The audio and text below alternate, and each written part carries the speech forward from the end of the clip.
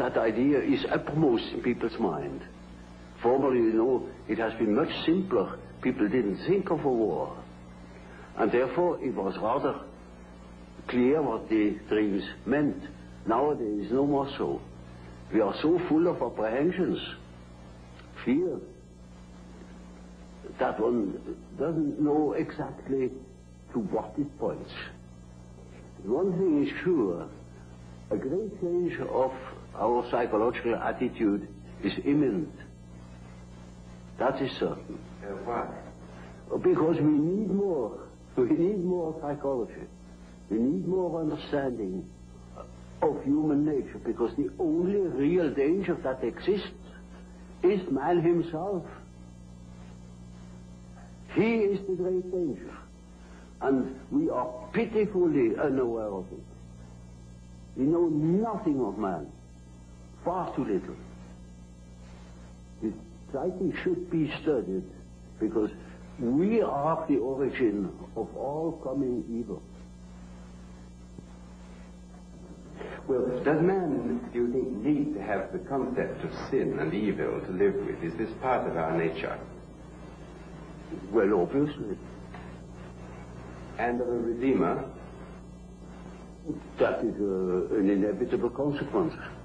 This is not a concept which will disappear as we become more rational. It's something... Well, I don't believe that man ever will deviate from the original pattern of its being. There will always be such ideas. For instance, if you do not directly believe in a personal Redeemer, as it was the case with Hitler, or the hero worship in Russia, then it is an idea. It is a symbolic idea.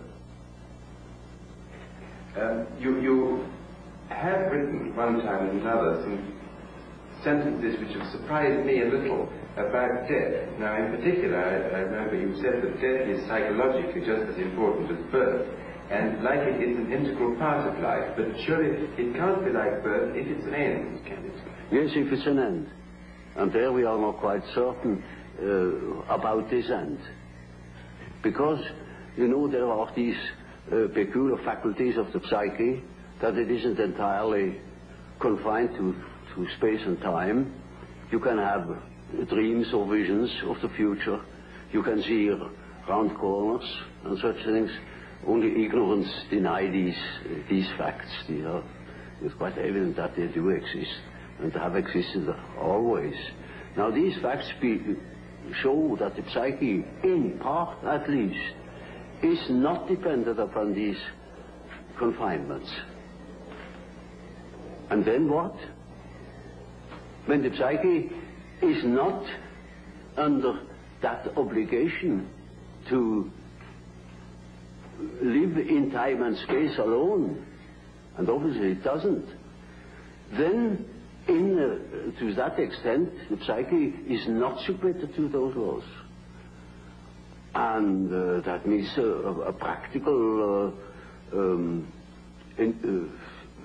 continuation of life, of a sort of psychical existence beyond time and space.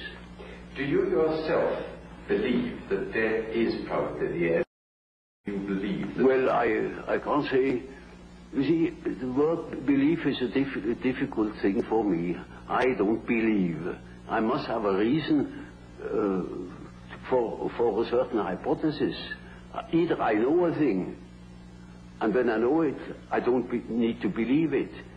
If I don't allow myself, for instance, to believe a thing just for the sake of believing it, I can't believe it.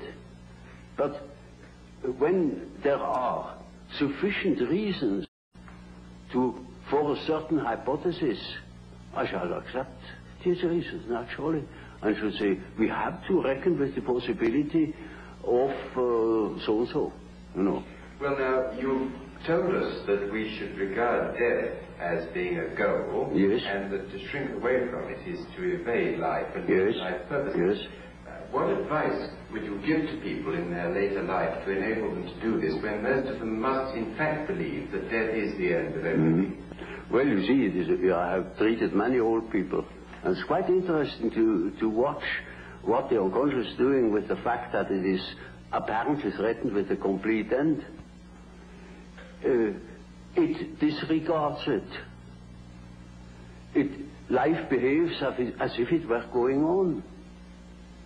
And so I think it is better for old people to live on, to look forward to the next day, as if he had to spend centuries. And then he lives properly. But when he is afraid, when he doesn't look forward, he looks back, he petrifies, he gets stiff, and he dies before his time. But when he is living on, looking forward to the great adventure that is ahead, then he lives. And that is about what the unconscious is intending to do. Of course, it's quite obvious that we are all going to die, and this is the sad finale of everything. But nevertheless, there is something in us that doesn't believe it, apparently. But this is merely a fact, a psychological fact. Doesn't mean to me that it proves something. It is simply so. For instance, I may not know why we need salt, but we prefer to eat salt too, because you feel better. And so when you think in a certain way, you may feel considerably better. And I think if you think along the lines of nature, then you think properly. And this leads me to the last question that I want to ask you. As the world becomes more technically efficient, it seems increasingly necessary for people to behave communally and collectively. Now, do you think it possible that the highest development of man may be to submerge his own individuality in a kind of collective consciousness? That's hardly possible. I think there will be a reaction. A reaction will set in against this communal dissociation. You know, man doesn't stand forever his nullification. Once there will be a reaction, and I see it setting in. You know, when I think of my patients, they all seek their own existence, and to assure their existence against that complete atomization into nothingness or into meaninglessness. Man cannot stand a meaningless life.